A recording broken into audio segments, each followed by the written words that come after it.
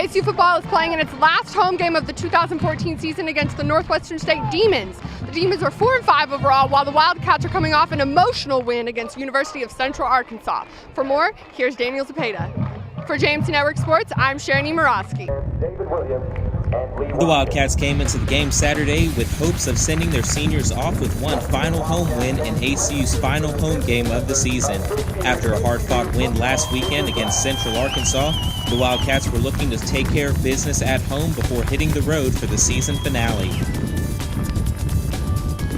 After ASU recovered on an onside kick to start the game, quarterback Parker McKenzie throws an interception in his first game back from injury to give the ball up just after one play from the line of scrimmage. The Demons were rolling on offense early as a balanced attack of rushing and passing moved them to midfield before the defense forced them to punt. A mental breakdown on the Wildcats special teams side gave the ball back to NSU at the 22-yard line. The Wildcats defense held up as they forced the Demons into a 39-yard field goal attempt that would be blocked by Damon Williams to give the ball over to ACU with 0 still on the scoreboard. Unlike against UCA, the Wildcats were unable to find much success rushing the ball as backup quarterback Cade Munden was used throughout the game and accumulated 40 yards on 12 carries. McKenzie would struggle against the Demons secondary as the coverage breaks up this ball to DeMarcus Thompson. The run with Herschel. No, it's a throw. Pass is intercepted.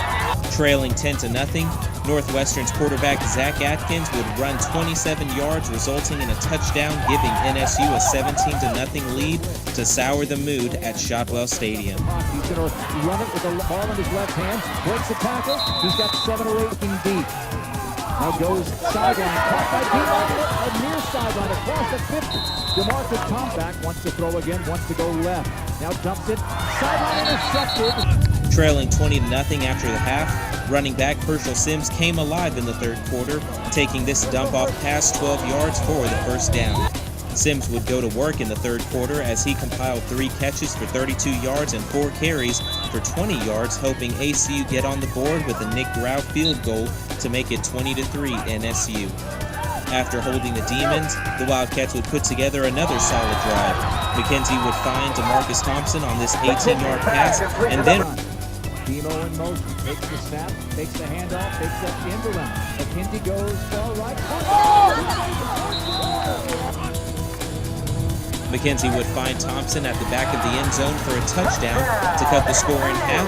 NSU 20, ACU 10, as the Wildcats go 78 yards on 10 plays for the score. Thompson would finish with 5 catches for 70 yards and a touchdown.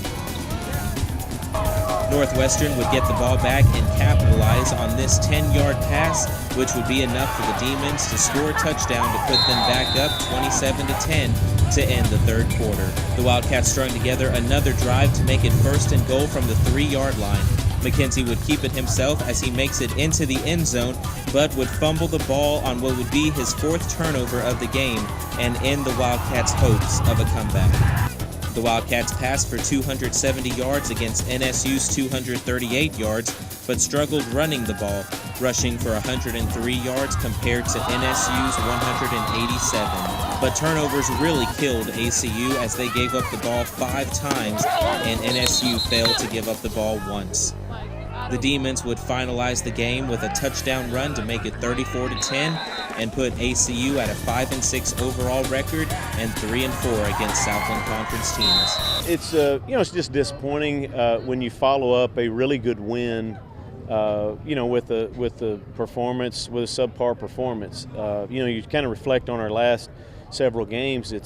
We either play really clean or we're going to turn the ball over 4 times, and that's not good. That is not a good deal to get into. We need to get back into our our consistency on offense. Part of the reason we're going to where we're going in the FCS is because of people, because of players, past players, and these seniors are a part of that. So they ought to feel proud. Obviously, not feel proud of the result today, but feel proud of the big body of work that they put in. I'm so proud of them. I wouldn't trade a single one of them.